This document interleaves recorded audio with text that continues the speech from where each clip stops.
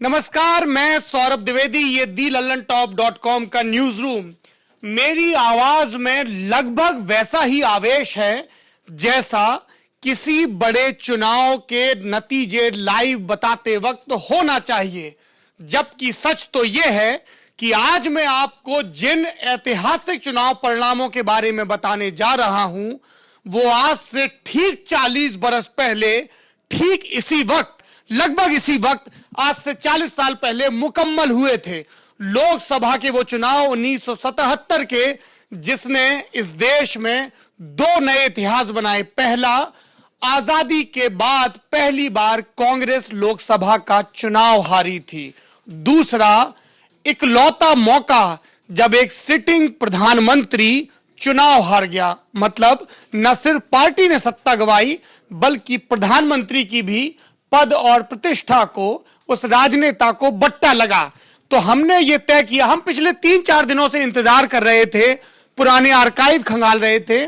हम इस बात का इंतजार कर रहे थे कि वो घड़ी आए जब हम आपको अपने साथ इस वायवी टाइम मशीन में बिठाकर 40 बरस पीछे ले सके। पर सवाल यह है कि इमरजेंसी के दौर के बाद 1977 के चुनाव की प्रस्तावना कैसे रची गई। उस वक्त के बेहद वरिष्ठ पत्रकार, आज भी बेहद वरिष्ठ हैं, कुलदीप नैयर, उन्होंने अपनी कुछ किताबों में इसका जिक्र किया है। एक रोज कुलदीप नैयर एक डिनर पार्टी में गए। जब वो वहां से बाहर निकले तो आईबी का इंस्पेक्टर उनके पास आया और उसने सिर्फ इतना कहा, हमें आदेश मिला है कि पता लगाया जाए कि कांग्रेस की चुनावी संभावनाएं क्या हैं। समझदार पत्रकार के लिए इशारा काफी था। अगले रोज कुलदीप नैयर उस वक्त के सत्ता प्रतिष्ठान के केंद्र संजय गांधी के बेहद करीबी मित्र, छिंदवाड़ा से 9-10 बार सांसद रहे और जब जब कांग्रेस की सरकारें आई तब तब मंत्री रहे, कमलनाथ के पास पहुंचे। और देखिए पत्रकार का काम करने का तरीका क्या होता है। कुलदीप नैयर ने सीधे ये पूछा, कमलनाथ, चुनाव का ऐलान कब हो रहा है। कमलनाथ हड़बड़ा गए और उनके मुंह से रिएक्शन निकली, आपको कैसे पता चला। कुलदीप नैयर मुस्कुरा के वापस चलाए। इसके बाद उन्हें कमलनाथ के किसी बयान या किसी कंफर्मेशन की जरूरत नहीं थी और उन्होंने ये खबर छाप दी कि इंदिरा सरकार चुनाव करवाने की संभावनाओं पर विचार कर रही है। उसके कुछ ही दिनों बाद चुनाव का ऐलान कर दिया गया। विपक्षी दलों के नेता बाहर निकाले गए। उसके बाद वो सब लोग साथ आए। जयप्रकाश के नेतृत्व में जनता पार्टी बनी। हमें ऐसा लगता था कि जनता पार्टी के नेतृत्व में विपक्ष ने चुनाव लड़ा, लेकिन यह सच नहीं है। क्या है सच? भारतीय लोकदल के नेतृत्व में चुनाव लड़ा गया, क्योंकि आनन फानन में चुनाव चिन्ह उपलब्ध नहीं हो सका था। तो ऐसा माना गया कि ये बड़ी पार्टी है, इसके लिए सब राजी हो गए। जनसंघ भी राजी हो गया, डीएमके भी राजी हो गया और भारतीय लोकदल के नेतृत्व में ये चौधरी चरण सिंह की पार्टी थी और इसका चुनाव निशान क्या था? हलदर किसान। हलदर किसान। हलदर किसान।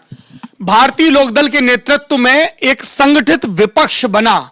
इस विपक्ष में कौन कौन सी पार्टियां थी अनिमेश? इसमें भारतीय लोकदल था, भारतीय क्रांति दल था, स्वतंत्रता पार्टी थी, सोशलिस्ट पार्टी थी, प्रजा सोशलिस्ट पार्टी थी, संयुक्त सोशलिस्ट पार्टी थी, उत्कल कांग्रेस थी, भारतीय जनसंघ था, कांग्रेस ओ थी, कांग्रेस फॉर डेमोक्रेसी थी और कांग्रेस आर थी। अब मैं थोड़ा इसका आपसे विस्तार से बता दूं। भारतीय लोकदल, चौधरी चरण सिंह की पार्टी, चौधरी चरण सिंह जिन्होंने अपनी सियासत की शुरुआत कांग्रेस के साथ की, कांग्रेस के कद्दावर नेता और 2-3 बार मुख्यमंत्री रहे, चंद्रभानु गुप्ता के राजनीतिक सचिव भी रहे। वेस्टर्न यूपी में लगातार किसानों की राजनीति की चौधरी साहब ने, लेकिन जब उन्हें समझ में आ गया कि अंततः कांग्रेस की सत्ता का पिरामिड 3 केंद्रों को मिला के, 3 कोनों को मिलाकर बनता है, ब्राह्मण, मुस्लिम और दलित, और इसमें पेजेंट्री कास्ट जिनमें जाट, यादव या दूसरी कास्ट जो पशुपालन और खेती के इर्द गिर्द है, उसमें चाहे कुर्मी हो चाहे गड़रिया हो, उनके लिए बहुत ज्यादा राजनीतिक संभावनाएं नहीं है। तब चौधरी साहब अलग हो गए, लोहिया के साथ चले गए और जब लोहिया की मृत्यु हो गई 67 के दौर में, उसके बाद चौधरी चरण सिंह जब पहली मर्तबा संवित सरकारें बनी, कई राज्यों में कांग्रेस बाहर गया, तब जब उत्तर प्रदेश में सरकार बनी थी, चौधरी चरण सिंह उसके मुख्यमंत्री थे। उस दौर में यह भारतीय लोकदल बनी थी। और पार्टियां इसमें स्वतंत्र पार्टी है जिसकी स्थापना चक्रवर्ती राजगोपालाचारी उन्होंने की थी। और इन्हीं चक्रवर्ती राजगोपालाचारी की राजनीति को खत्म करने के लिए के कामराज ने कितने धन फंड किए थे। इसके अलावा पार्टियां थी इसमें, ये सोशलिस्ट पार्टी के ही 2 हिस्से हैं अनिमेश जी, प्रजा सोशलिस्ट पार्टी और संयुक्त सोशलिस्ट पार्टी। नीचे और पार्टियां दिखाइए जो गठबंधन में थी, बार बार स्क्रीन मत बदलिए। उत्कल कांग्रेस है, बीजू पटनायक से जुड़े हुए थे ये लोग, है ना। भारतीय जनसंघ, श्यामा प्रसाद मुखर्जी की स्थापित की हुई पार्टी जो अपने विस्तार के लिए राष्ट्रीय स्वयंसेवक संघ के पास पहुंची। संघ ने उसे 5 विस्तारक या प्रचारक दिए, जिनमें से प्रमुख थे दीनदयाल उपाध्याय, अटल बिहारी वाजपेयी और उसके अलावा बलराज मधोक, नानाजी देशमुख और एक नाम जो मैं भूल रहा हूं। ऐसे 5 लोग थे जो बाद में अलग अलग दौर में इसके कद्दावर नेता बने। जनसंघ का जब जमाना आया तब तक बलराज मधोक की कानपुर के अधिवेशन के बाद जनसंघ से रुखसती हो चुकी थी। 3 लोग थे जो जनसंघ को चला रहे थे, अटल बिहारी वाजपेयी, लालकृष्ण आडवाणी और नानाजी देशमुख।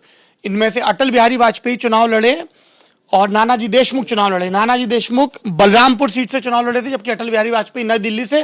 अटल बिहारी ने किसको हराया था? सुभद्रा जोशी को, शशि भूषण को हराया था। ये प्रशांत भूषण वाले शशि भूषण नहीं, वो शांति भूषण। अच्छा, वो शांति भूषण है। ठीक ठीक ठीक। आपको 15-20 अहम सीटों के चुनाव नतीजे बताएंगे, जहां जहां कांग्रेस के बड़े नेता या कैबिनेट मंत्री हारे वहां के नतीजे दिखाएंगे और बताएंगे विपक्ष के कौन से नेता जीते, कौन से नारे थे, क्या चुनाव निशान थे।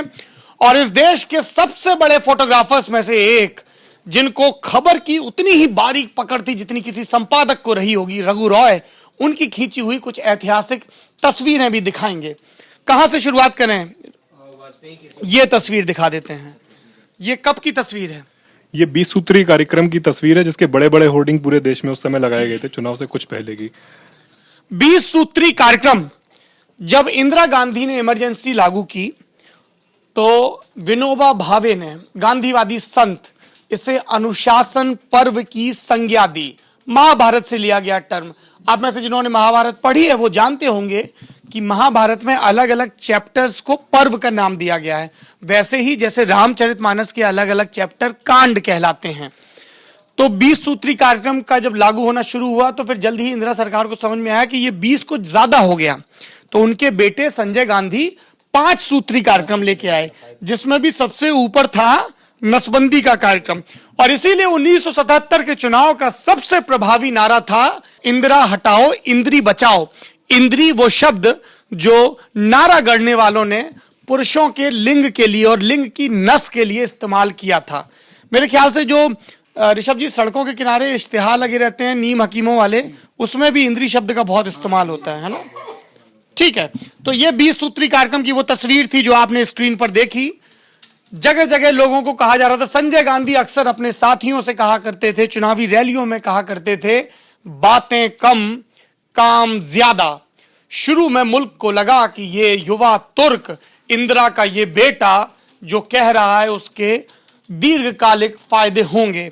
और उदाहरण क्या दिए जाते थे उनके फैसले के सपोर्ट में? सब ट्रेनें टाइम से आने लगी, लोग दफ्तरों में टाइम से पहुंचने लगे और भ्रष्टाचारियों ने जमाखोरी करना बंद कर दिया। उस समय परमिट राज होता था, हर चीज के लिए लाइसेंस होता था, फ्री प्रोडक्शन नहीं था, इकोनॉमी खुली हुई नहीं थी। और क्या क्या बदलाव आए थे शुरुआती दौर में जिसके एवज में लोग इमरजेंसी को सपोर्ट किया करते थे? शुरुआत में तो सर जो चीजें आपने बताई यही लोगों को अच्छी लगती थी कि घूसखोरी कम हो गई, सरकारी दफ्तरों में लोग आने लगे, ये चीजें डायरेक्ट लोगों को इम्पेक्ट करती थी। बाकी जो चीजें थी कि नेता जेल में गए, ये जनता तक ये चीजें नहीं पहुंचती थी। ये पॉलिटिकल पार्टीज के लिए अहम था, उनके कार्यकर्ताओं के लिए, क्योंकि सेंसरशिप हो रखी थी। अखबार में कुछ भी सरकार की इजाजत के बगैर नहीं छप सकता था। और जब इसका शानदार रचनात्मक ढंग से विरोध करने के लिए इंडियन एक्सप्रेस ने एक रोज अपना एडिटोरियल वाला कॉलम खाली छोड़ दिया। ये देखिए, ये वो तस्वीर है, विरोध का रचनात्मक तरीका। जब सरकार ये निगहबानी कर रही कि उसके विरोध में क्या, कितना और कैसे कहा जाए, तो कोई कुछ क्यों कहे और कुछ ना कहना भी तो कई बार बहुत कुछ कहना होता है। लेकिन इसके बाद क्या हुआ?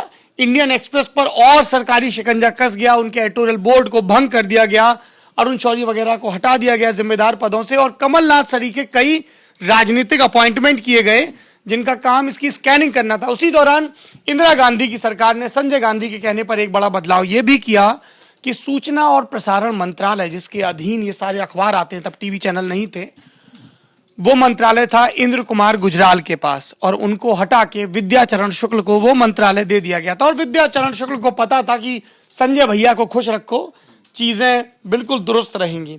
और विद्याचरण शुक्ल भी संजय गांधी की तरह उस रसूखदार राजनीतिक विरासत से आते थे जिन्होंने जमीन पर घिसाई नहीं की थी, है ना। पापा उनके रवि शुक्ल थे, मध्य प्रदेश के मुख्यमंत्री रहे, दो भाई श्यामा चरण शुक्ल, विद्या चरण शुक्ल।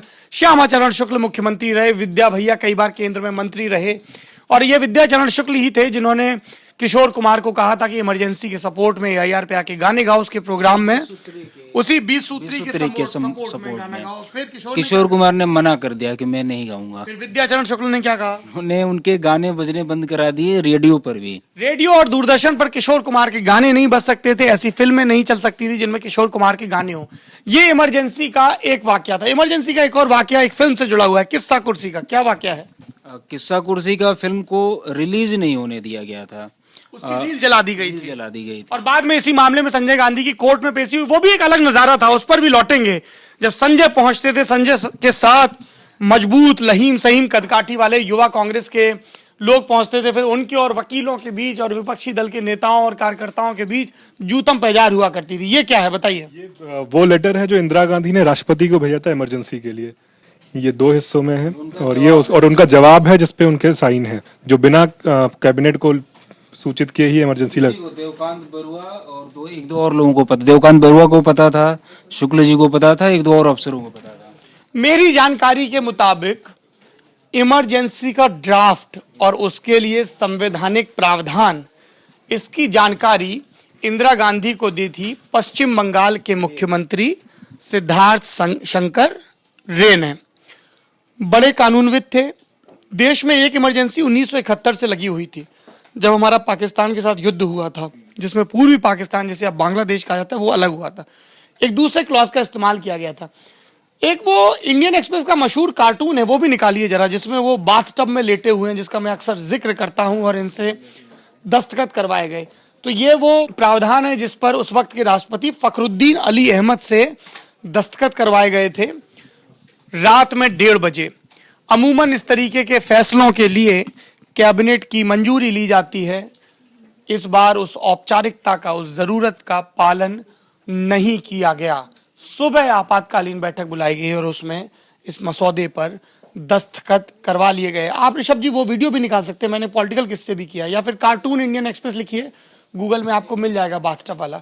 ऐसे नहीं मिलेगा बाथटब टाइप करने पे, कार्टून टाइप करिए, कार्टून इंडियन एक्सप्रेस इमरजेंसी, सबसे पहले क्लिक में आ जाएगा। जहां तक मेरी याददाश्त साथ दे रही, सतीश आचार्य ऐसी किसी सज्जन, ये देखिए पहले क्लिक में आ गया, अबू अब्राहिम का बना हुआ कार्टून है, ये देखिए।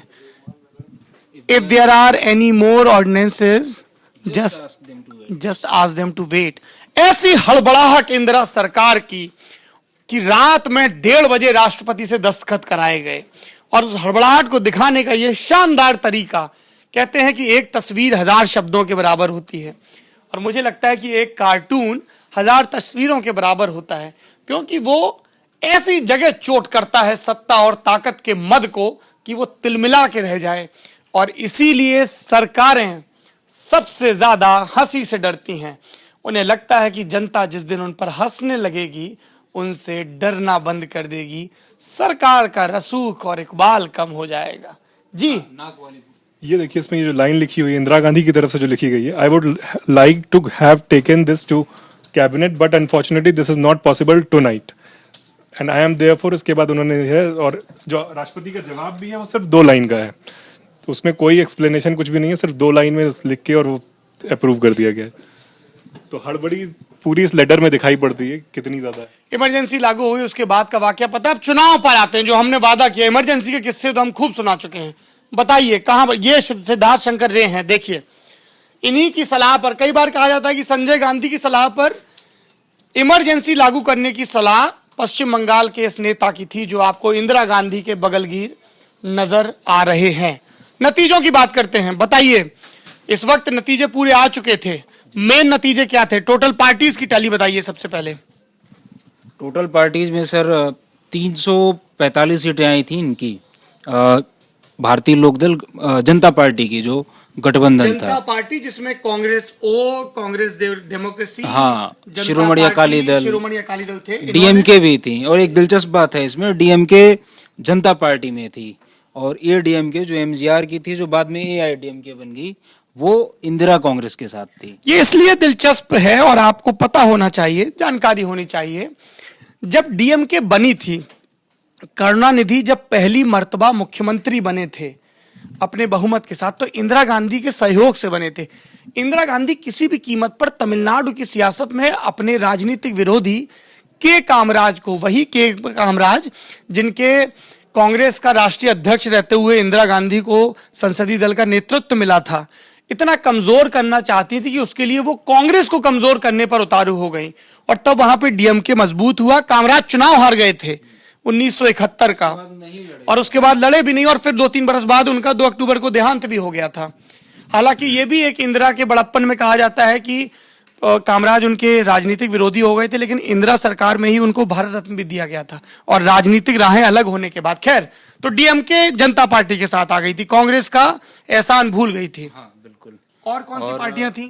कांग्रेस के साथ और एडीएम के अलावा सीपीआई थी। एक बड़ा मतलब अद्भुत था कि सीपीआई कांग्रेस के साथ चली गई, जो कि शुरुआत से आजादी के पहले से विरोध करती थी कांग्रेस का। सीपीआई तो कांग्रेस के साथ 1967 से ही थी। 1967 में ये जेएनयू के बनने की एक कहानी भी इसको कहा जाता है। हुआ यह कि 67 में चुनाव हुए इंदिरा गांधी के नेतृत्व में, और इनका चूंकि समर्थन लगातार खींचता जा रहा था। कामराज उस समय अध्यक्ष थे, लेकिन कामराज चुनाव हार गए थे, फिर निजलिंगप्पा अध्यक्ष बना दिए गए थे। और फिर वो राष्ट्रपति वाला विवाद हुआ, नीलम संजीव रेड्डी बनाम वीवी गिरी अंतरात्मा की आवाज पर वोट, और उसके बाद कांग्रेस दो फाड़ हो गई थी नवंबर 1969 में। 24 नवंबर को कांग्रेस कार्य समिति की बैठक हुई थी, जिसमें इंदिरा गांधी को बाहर निकाल दिया गया था। उसके बाद इंदिरा गांधी के साथ चूंकि लोकसभा में 212 के लगभग सांसद थे, पर समर्थन के लिए 272 चाहिए स्पष्ट बहुमत के लिए, तब सीपीआई ने इंदिरा गांधी को सपोर्ट किया था। और इसीलिए यह कहा गया था कि सीपीआई के दबाव में इस तरीके के समाजवादी कदम उठाए जा रहे हैं, बैंकों का राष्ट्रीयकरण, रियासतों के प्रिवी पर्स खत्म करना, इस तरीके के कदम। तो ये वो नहीं है। लेकिन ये जो सीपीएम है, जो आज की सबसे बड़ी लेफ्ट पार्टी है, प्रकाश करात सीताराम येचुरी की पार्टी, ये जनता पार्टी के साथ खड़ी थी, है ना। तब इनका सत्ता संघर्ष भी चल रहा था। ज्योति बसु एक बार कुछ समय के लिए मुख्यमंत्री रह चुके थे। कांग्रेस के गठबंधन में कांग्रेस थी, एडीएमके थी, है, कम्युनिस्ट पार्टी ऑफ इंडिया थी, नेशनल कॉन्फ्रेंस थी। उस समय फारूक अब्दुल्ला के पिता जीवित थे। इंडियन यूनियन मुस्लिम लीग थी, जिसके अभी एक विधायक हैं जो 50 साल से हैं, मणि साहब। केरला कांग्रेस थी, रिवोल्यूशनरी सोशलिस्ट पार्टी आरएसपी का एक धड़ा था, और 2 निर्दलीय भी थे। फाइनल टैली ये रही, कुल चुनाव 345 सीटों पर जनता अलायंस लड़ा और 298 पे जीता। ये स्ट्राइक रेट तो अद्भुत है। पॉपुलर वोट उन्हें 52% मिला। अच्छा, एक चीज देखिएगा जरा, इस पे गौर करिए, अमतेश ये दिखाइए, कांग्रेस को 40%, 41% वोट मिला था। कम नहीं है। अगर ये इनमें टूट रहती तो कांग्रेस जीत जाती। मतलब सारी पार्टियां विपक्ष में एकजुट हो गई थी, इस वजह से कांग्रेस है। और इनके पाने के बावजूद 217 सीटें घटी, टोटल सीटें इनकी 153 रह गई, है ना। हाँ, 153 कांग्रेस की रह गई, बाकी तो पार्टियां साथ में थी। 153 से नीचे आना फिर ये शुरू हुए नरसिम्हा राव के बाद के दौर में। सोनिया गांधी के नेतृत्व में लो गए, फिर 2004 में हाई, 9 में फिर 200 पार किया। और राहुल गांधी के नेतृत्व में कितनी सीटें बची हैं? 44 बची हैं। 44 सीटें बची हैं। खैर, कौन सी बड़ी सीटें जिनके आप हमें नतीजे दिखाएंगे, अन्मेष और ऋषभ? सबसे पहले उस आदमी की सीट जो प्रधानमंत्री बना, कब से हसरत पाले था वो प्रधानमंत्री बनने की, मोरारजी देसाई। आजादी के वक्त उसके बाद वो जो महाराष्ट्र और गुजरात का एक कंबाइंड एडमिनिस्ट्रेटिव यूनिट था, उसके मुख्यमंत्री रहे थे मोरारजी देसाई। गांधीवादी थे। लोग उनकी खिल्ली उड़ाते हुए कहते हैं, अमेरिका की लॉबी खास तौर पे, चूंकि मोरारजी देसाई आयुर्वेद की उस विधि में यकीन करते थे जिसमें गौमूत्र और स्वमूत्र को अपने को स्वस्थ रखने के लिए इस्तेमाल किया जाता है, तो लोगों ने कई बार पेशाब का नाम मोरारजी कोला रख दिया था। मोरारजी कोला इसलिए भी रख दिया था क्योंकि मोरारजी देसाई की सरकार में उद्योग मंत्री बने थे जॉर्ज फर्नांडिस, और इन्होंने कोका कोला को बाहर कर दिया था, तो कहा गया था Coca Cola out, Morarji cola in. तो पहला चुनाव नतीजा मोरारजी देसाई का, निकालिए जरा सूरत का, सूरत से मोरारजी देसाई जीते। क्या फर्क रहा, किसको हराया? इन्होंने हराया जसवंत सिंह दान सिंह चौहान को हराया कांग्रेस के। और सर क्लोज फाइट थी, मतलब 22,000 वोट से हराया लगभग। तो ये बहुत बड़ा अंतर नहीं था, बहुत बड़ा अंतर नहीं था। हमें ये याद रखना होगा कि 77 के चुनाव में इनफैक्ट ये जो पूरा इमरजेंसी का कार्यक्रम शुरू हुआ, ये दिलचस्प है, आप जो गुजरात का और सूरत का नतीजा बता रहे हैं, क्योंकि इमरजेंसी के पुआल में जो पहली तीली फेंकी गई वो गुजरात का छात्र आंदोलन था, जिसकी शुरुआत हुई थी एक सरकारी मेस में खाने का दाम ज्यादा बढ़ा दिया गया, छात्रों ने आंदोलन किया, आंदोलन बढ़ता गया। उस समय गुजरात के मुख्यमंत्री हुआ करते थे चिमन भाई पटेल, तो नारे लगे थे चिमन चोर वापस जाओ, और वो चिमन भाई पटेल ऐसे कमाल थे, बाद में जनता दल में गए, जनता पार्टी में, और फिर पूरे के पूरे फिर कांग्रेस में चले गए। ऐसा 2 ही मुख्यमंत्रियों ने किया था, ये अरुणाचल प्रदेश के भाजपा में जाने के उदाहरण से पहले, एक चिमन पटेल और एक भजन लाल, वो भी पूरी की पूरी कैबिनेट समेत कांग्रेस में चले गए थे। तो मोरारजी देसाई करीबी अंतर से जीते। अब जरा वो चुनाव नतीजा दिखाइए जिसकी वजह से इमरजेंसी के पुआल में सबसे बड़ी तीली पड़ी थी। वो फैसला इलाहाबाद हाई कोर्ट का, जस्टिस सिन्हा का फैसला, जिसमें इंदिरा गांधी के 1971 में रायबरेली से हुए निर्वाचन को सरकारी संसाधनों का गलत इस्तेमाल करने के चलते रद्द कर दिया गया। और ये किसकी याचिका पे हुआ था? ये हुआ था लोहिया के चेले, बनारस हिंदू यूनिवर्सिटी के लाडले राजनारायण की याचिका पर। तो क्या रहा फिर 77 में एक बार फिर राजनारायण और इंदिरा गांधी आमने सामने थे। क्या रहा रायबरेली का नतीजा? 50,000 वोट से राजनारायण जीते थे, इन्हें मिले थे लगभग 1,77,000 वोट, और इंदिरा गांधी को मिले थे 1,22,000 वोट। 50,000 तो बड़ा अंतर होता है। जरा उसी के ठीक नीचे यही है ऋषभ जी मार्जिन, राजनारायण को 1,77,000, इंदिरा नेहरू गांधी, ये नेहरू की स्पेलिंग NAHRU, ये सर सरकारी काम है ना, तो इसमें बहुत सारी स्पेलिंग मिस्टेक्स मिलती हैं। जगजीवन राम को जजीवन या जगीवन कुछ लिखा हुआ है, वैसे इसमें भी है इंदिरा नेहरू, तो खैर अलग बात है। इनको 36% मात्र वोट मिले थे। अच्छा, ये कभी मुझे वक्त लगा तो मैं आपको इस आदमी की कहानी सुनाऊंगा, पी नेलाथम्पी तेरा। ये साउथ के नेता हैं, रायबरेली से आके चुनाव लड़े और बाकी नेताओं के मुकाबले देखिए सबसे ज्यादा वोट पाए हैं इन्होंने, 9,311 वोट। ऐसा लग रहा है कि कुमार विश्वास वाला हो, वो तो आक्रोश होगा कि मुझे जाके हराना है, मैं किसी तरह से हराऊंगा। और ये भी हो सकता है कि इन्होंने भी बेहतर कैंपेनिंग की होगी इंदिरा के खिलाफ, और उसका फायदा राजनारायण। दूसरा बड़ा नतीजा, जब 1969 में कांग्रेस अलग हुई, इंदिरा गांधी के नेतृत्व में अलग हुई, कांग्रेस में 2 टुकड़े हुए, तो कांग्रेस का पहले चुनाव निशान होता था 2 बैलों की जोड़ी। कोई नेहरू की तस्वीर हो जरा निकालिए, 52 के चुनाव की 2 बैलों की जोड़ी और साथ में नेहरू का पोस्टर लगा रहता है। जब कांग्रेस अलग हो गई तो चुनाव निशान हो गया था गैया बछड़ा, और विपक्षी कहा करते थे कि ये जो गाय है ये इंदिरा है और ये बछड़ा है संजय। बछड़ा भी चुनाव हार गया था, बताइए। अमेठी से आ रहे थे, इनको रविंद्र प्रताप सिंह ने हराया था, और यहाँ पे भी मतलब फाइट में संजय गांधी नहीं थे, लगभग 76,000 वोट से आ रहे थे। और संजय गांधी के बारे में मतलब ये भी कहा जाता है कि इंदिरा गांधी से तो लोग नाराज थे, मीडिया के लोग नाराज थे, जनता नाराज थी, नेता नाराज थे। संजय गांधी से कांग्रेस के नेता भी नाराज थे, मतलब उनका आतंक कुछ इस कदर था। तो यहाँ वो 76,000 वोट से लगभग हारे थे। ये गैया बछड़ा का वो चुनाव निशान जरा बड़ा करिए स्क्रीन। लोकतंत्र, समाजवाद, धर्मनिरपेक्षता, इसी दौर में इंदिरा गांधी ने संविधान की जो मूल प्रस्तावना थी, जो भूमिका थी, उसमें कौन कौन से शब्द जुड़वाए थे? सेक्युलर और समाजवाद, 2 चीजें जुड़ी थी। सेकुलर और समाजवाद, धर्मनिरपेक्षता और समाजवाद। ये गैया बछड़ा जो खेत रहा। अब मैं चुनाव नतीजों पे जाऊं, मुझे रघु रॉय की वो आइकनिक तस्वीर दिखाइए जिसमें वो बुहार रहे हैं नतीजों को। वो एक तस्वीर पूरे चुनाव को बहुत शानदार ढंग से बता देती। ये देखिए, रघु रॉय की इंडिया टुडे मैगजीन के लिए खींची हुई इस तस्वीर को गौर से देखिए। ये प्रेस ट्रस्ट ऑफ इंडिया, संसदीय सौंध के पास का इलाका, देश की सबसे बड़ी न्यूज गैदरिंग एजेंसी, जिसके दफ्तर के बाहर एक इलेक्ट्रिक पैनल पर चुनाव नतीजे दिखाए जा रहे थे। 17-18 तारीख को पोलिंग हुई थी, 20 से काउंटिंग शुरू हुई थी, 20, 21, 22, मतलब यूं समझ लीजिए कि 21 तारीख को रात के 1:30 बजे जब इंडियन एक्सप्रेस अखबार छपने गया था, तब तक 435 सीटों के नतीजे आ चुके थे 525 में, और अभी दोपहर तक सारे नतीजे आ चुके थे। और उस पूरे मंजर को वो तस्वीर स्पष्ट बयां करती है। ये तस्वीर जिसमें कूड़े वाला कूड़ा समेट रहा है, और कूड़े में क्या है? इंदिरा गांधी की तस्वीर है। कोई यूं ही रघु रॉय नहीं हो जाता। और कुछ तस्वीरें दिखा दीजिए इससे पहले कि अपना कैमरा ले जाएं। एक तो ये सबसे आइकॉनिक तस्वीर है। ये तस्वीर तो रेल स्ट्राइक की है। ये इस तस्वीर को देख लीजिए, क्योंकि कई लोग इमरजेंसी के लिए इस तस्वीर को सर्च करते हैं और इस तस्वीर का इस्तेमाल करते हैं। ये तस्वीर तब है जब इस देश में इकलौती कंप्लीट रेल हड़ताल हुई थी। हाँ, और तब उनको गिरफ्तार किया गया था। जी, अखबारों में 3 चीजें हैं। सबसे पहले इंडियन एक्सप्रेस में है कि कांग्रेस नहीं हार रही है, इंदिरा गांधी का बयान है इसमें।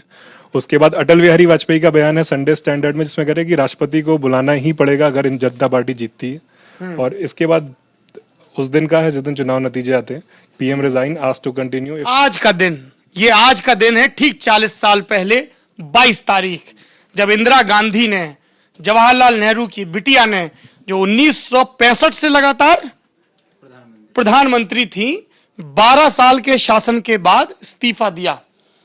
और कौन कौन हारे दिखाइए जरा।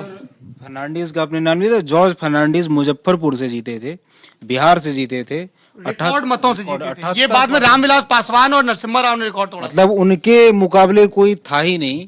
और सर उनके बारे में बताइए कि वो कहाँ से आए थे और मतलब ये अपने आप में बहुत अद्भुत है कि जॉर्ज फर्नांडिस आके, ईसाई नेता बिहार के मुजफ्फरपुर से, जिसने तमाम जिंदगी मुंबई में सोशलिस्ट राजनीति की, करीब ही रखी है, और वो मुंबई और वो यहाँ आके और जॉर्ज साहब तो फिर मुजफ्फरपुर में बाद तक चुनाव जीतते रहे। हाँ, बाद में जीतते रहे, लेकिन सर 2004 तक। हाँ, पहला मतलब मौका तो ये अकल्पनीय था कि कोई वहां से आके। मार्जिन देखिए आप, जॉर्ज फर्नांडिस को मिले 3,96,000 वोट, और उनके मुकाबले कांग्रेस के नीतीश्वर प्रसाद सिंह को मिले 62,000 वोट।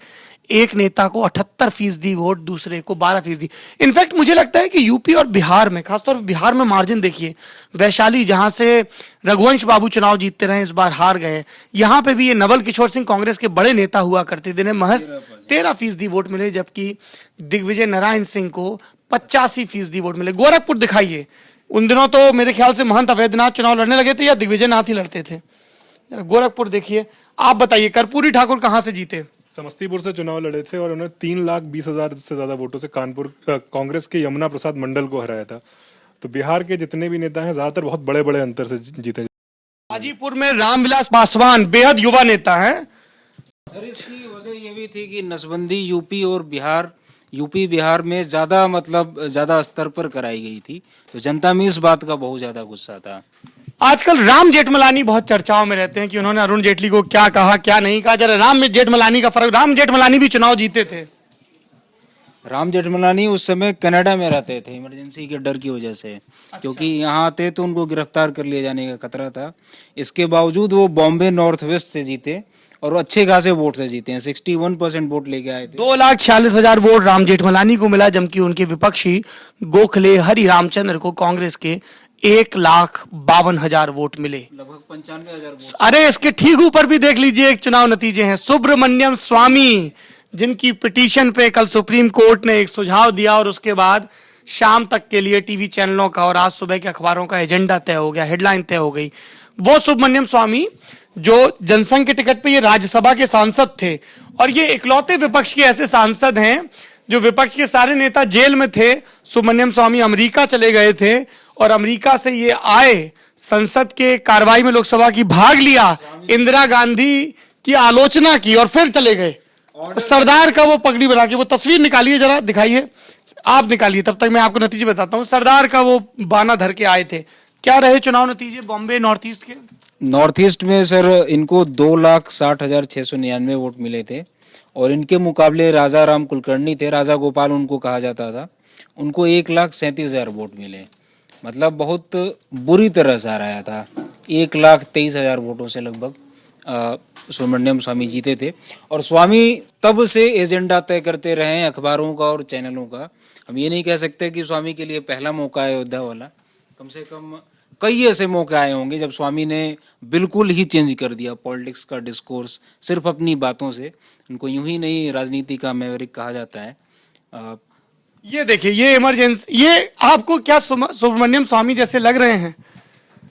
ये सुब्रमण्यम स्वामी हैं, संसद में ये भेष धर के आए थे। इसके अलावा और कौन से बड़े नेता हैं? तारकेश्वरी सिन्हा वगैरह भी सब चुनाव हारी थी मेरे ख्याल से। हाँ, वो भी हारी थी, लेकिन सर और भी हैं। ये इलाहाबाद से कि छोटे लोहिया, जनेश्वर मिश्रा जिनके नाम पे लखनऊ में पार्क बना है, जिस पार्क में बने ट्रस्ट के दफ्तर से लंबे समय तक अखिलेश यादव ने चाचा शिवपाल यादव से लड़ाई के बाद दफ्तर चलाया। इनफैक्ट चुनाव की हार के बाद अगले रोज 12 मार्च को समीक्षा करने के लिए हार की अखिलेश यादव इसी जनेश्वर मिश्र ट्रस्ट में मीटिंग कर रहे थे, तब मुलायम सिंह पहुंचे और फिर अखिलेश ने जितने भी वहां पे उनके साथी थे उनको कहा आप लोग बाहर जाइए। फिर बाप बेटे ने आधा पौन घंटे गुफ्तगू की और उसके बाद आकर मुलायम सिंह यादव ने यह बयान दिया था कि हार के लिए कोई एक व्यक्ति जिम्मेदार नहीं है। जनेश्वर मिश्र नाथ प्रताप सिंह को हराया था, जो कि वीपी सिंह को हराया था, जो 12 साल बाद प्रधानमंत्री बने। क्या मार्जिन था सर? इसका मार्जिन लगभग 90,000 वोटों का था। 90,000 और ये मतलब बड़ी बात थी। इसके अलावा सर ये अमेठी रायबरेली हो गया और ये सूरत भी हो गया। ये बागपत की सीट थी, यहाँ से चौधरी चरण सिंह जीते थे। इनका जीतना तो तय था ही, लेकिन ताजुब की बात ये लग रही है कि रामचंद्र विकल, मेरे ख्याल से ये भी बड़े नेता बाद में रहे थे, रामचंद्र विकल, और 1,22,000 वोटों से लगभग इनको हराया था चौधरी चरण सिंह ने। वही बागपत जहां से अब राष्ट्रीय लोकदल का एक भी कैंडिडेट जीतता नहीं है, दूसरे नंबर पर आना भी मुश्किल होता है। वही बागपत जिसे चौधराहट का मक्का मदीना और वेटिकन कहा जाता है किसान राजनीति का, उसी बागपत से चौधरी चरण सिंह चुनाव जीते थे। उसी बागपत से जीतने के बाद उन्होंने दिल्ली में खम ठोका था और चौधरी चरण सिंह का दावा सबसे मजबूत था, क्योंकि चौधरी चरण सिंह जनता पार्टी का गठजोड़ बनने से पहले विपक्ष में सबसे मजबूत थे। और चौधरी साहब की तूती ऐसा नहीं कि सिर्फ वेस्टर्न यूपी में बोलती थी, जैसा कभी उनके बेटे की बोलती थी, अब तो वो भी नहीं बोलती है। चौधरी साहब की तूती हरियाणा से लेके और ईस्टर्न यूपी और बिहार तक बोलती थी। मतलब किसान वहां भी आइडेंटिफाई करते थे, जानते नहीं थे, लेकिन ये जरूर जानते थे कि किसानों का नेता है। किसान हर जगह के मतलब इनको पहचानते जरूर थे, भले इनकी राजनीति न जानते हों। तो मतलब उस समय में ये देश के बड़े नेता थे, मतलब कह सकेंगे कि सबसे बड़े नेता कहें तो ये अतिशयोक्ति नहीं होगी, ये बिल्कुल प्रधानमंत्री बन सकते थे। और ये सर ये इंटरेस्टिंग सीटें हैं दो, बांसगांव और गोरखपुर की। बांसगांव से वो फिरंगी प्रसाद जीते जो थे, हमारे गोरखपुर वाले शो में आए थे और जिन्होंने कहा था कि चौधरी चरण सिंह इनकी चुनावी रैलियों में आते और कहते थे देखिए हमने इस लड़के को टिकट दे दिया, अगर ये लड़का ठीक हो तो जिताना वरना मत जिताना। फिरंगी प्रसाद उस समय 28-29 साल के ही थे और भी सर बड़े मार्जिन से जीते हैं वो भी। और गोरखपुर से हरिकेश बहादुर जीते थे और इनके सामने भी इनके अपोजिशन में नरसिंह नारायण पांडे कहीं एग्जिस्ट नहीं करते हैं। चंद्रशेखर, देखिए दो दावेदार तो आपने देख लिए जो प्रधानमंत्री बने, एक मोरारजी देसाई, दूसरे चौधरी चरण सिंह। तीसरे दावेदार जगजीवन राम कहां से जीते थे? जरा सासाराम से जी। जगजीवन राम भी प्रधानमंत्री बनते बनते रह गए थे और जगजीवन राम के प्रधानमंत्री ना बनने की वजहों में बहुत सारे जातिगत समीकरण थे, बहुत सारी गुटों की खींचतान थी। यह भी कहा गया कि चूंकि बाबू जगजीवन राम दलित थे इसलिए कई लोगों ने नहीं चाहा। देश में अभी तक कोई दलित प्रधानमंत्री नहीं बना है, ये इस देश के लिए सोचने की बात है। आप तुरंत कुछ लोग कह सकते हैं किसी पार्टी के समर्थक की आप जाति क्यों ला रहे हैं, पर यहाँ जाति की नहीं सशक्तिकरण की और प्रतिनिधित्व की, भागीदारी की बात हो रही है। जगजीवन राम की राह में दूसरा कांटा बोया गया था उन तस्वीरों के जरिए जो उनके बेटे की खींची गई थी दिल्ली यूनिवर्सिटी की एक लड़की सुषमा के साथ। और उस पूरे स्कैंडल में फिलहाल जेडीयू की राजनीति कर रहे केसी त्यागी का नाम आया था। उन तस्वीरों को पहले तो ये मेनका गांधी चाहती थी कि हिंदुस्तान टाइम्स में छापा जाए। उस समय उसके संपादक हुआ करते थे खुशवंत सिंह, जिनकी 2 रोज पहले बरसी थी, दिल्ली का सबसे मजेदार सरदार। और जब खुशवंत सिंह ने इनकार कर दिया तो मेनका गांधी के संपादकत्व में एक मैगजीन निकलती थी सूर्या, उसमें ये तस्वीरें छपी थी और इसलिए बाबू जगजीवन राम का दावा कमजोर हो गया। एक वजह यह भी गिनाई गई कि उस वक्त के जो राष्ट्रपति थे नीलम संजीव रेड्डी, ये वही व्यक्ति थे जो 69 में राष्ट्रपति बन जाते अगर इंदिरा विरोध ना करती तो, लेकिन तब बीवी गिरी बने, बाद में नीलम संजीव रेड्डी बने। तो नीलम संजीव रेड्डी निर्विरोध बने और नीलम संजीव रेड्डी ने पहले तो जनता पार्टी के लिए मोरारजी देसाई को बुलाया, फिर जब इस्तीफा और ये सब नौटंकी हुई 11-12 महीने के बाद तो इनको बुलाया चौधरी चरण सिंह को, जिन्हें कांग्रेस ने समर्थन दिया था। जब चौधरी और कांग्रेस की भी नहीं बनी 4-5 महीने बाद, मेरे ख्याल चौधरी चरण सिंह इकलौते ऐसे हैं जिन्होंने लोकसभा का मुंह भी नहीं देखा, तो उसके बाद जगजीवन राम ने नंबर जुटा लिए थे लेकिन नीलम संजीव रेड्डी ने लोकसभा भंग कर दी। तो जगजीवन राम का चुनावी नतीजा क्या था? जगजीवन राम को 3,27,995 वोट मिले थे और उनके सामने खड़े थे कांग्रेस के मुंगेरी लाल, इनको 84 अपने हवा में उड़ गए। 84,185 वोट मिले, मतलब वो कहीं से नहीं थे इनके सामने, जगजीवन राम के सामने। सर उसकी एक वजह ये भी हो सकती है कि इमरजेंसी के दौरान जगजीवन राम इंदिरा गांधी के साथी थे, और इमरजेंसी खत्म होने के वक्त जब चुनाव का ऐलान हो गया फरवरी में, ये इन्होंने अपनी अलग पार्टी बनाई। ऋषभ, मुझे अक्सर ये लगता था कि ये राजनीतिक अवसरवादिता का उदाहरण है। जब मैंने शुरुआती दौर की पढ़ाई की, उस दौर की राजनीति के बारे में, कि जब उन्हें दिखा कि इंदिरा कमजोर होती नजर आ रही हैं तो अलग हो गए जगजीवन राम। लेकिन जब मैंने और कुछ स्रोत तो मुझे ये समझ में आया कि उस समय भी इंदिरा गांधी इनविंसिबल ही मानी जा रही थी, जब विपक्षी दलों के नेताओं को छोड़ा गया था और सब कुछ हुआ था। और विपक्षी दलों को सबसे ज्यादा दम ही तब मिली थी जब कांग्रेस का सबसे बड़ा दलित चेहरा उनके साथ आके मिल गया था। तो वो सिर्फ अवसरवाद नहीं था, जगजीवन राम के आने की वजह से जनता पार्टी को मजबूती भी बहुत मिली थी। उत्तर भारत का वो सबसे बड़ा दलित चेहरा थे। तो ये उनके चुनाव नतीजे रहे। आपके पास कुछ इंटरेस्टिंग नतीजे हैं। मुरली मनोहर जोशी, जिनका नाम राष्ट्रपति के पद के लिए चल रहा है, जोशी जी को लग रहा है कि नरेंद्र मोदी आडवाणी के ऊपर में तरजीह देंगे। मोदी के मन में क्या चल रहा है कोई नहीं जानता। वो मुरली मनोहर जोशी उत्तर प्रदेश की अल्मोड़ा से, मूलतः जहां के रहने वाले थे। उस समय ये उत्तर प्रदेश का हिस्सा था अल्मोड़ा, तो वहां से 1,53,000 वोट इन्हें मिले थे और इन्होंने नरेंद्र सिंह बिष्ट को 75,900 वोट मिले थे। 78,000 वोटों से हराया। 78,000 वोटों से हराया। और इसके अलावा सोमनाथ चटर्जी, जो बाद में स्पीकर रहे और लेफ्ट पार्टियों के न्यूक्लियर डील के मुद्दे पर सीपीआई ने इन्हें निकाल भी दिया था अपनी पार्टी से। ये जादवपुर, जहां की यूनिवर्सिटी लगातार चर्चाओं में रहती, वहां से सीपीआई के एक दूसरी कम्युनिस्ट पार्टी के, बाद में ये दोनों एक हो गई थी पार्टियां, गठजोड़ में चुनाव लड़ रही थी, 2,36,000 वोटों से रहा था। और कोई बड़ा नतीजा? हेमवती नंदन बहुगुणा।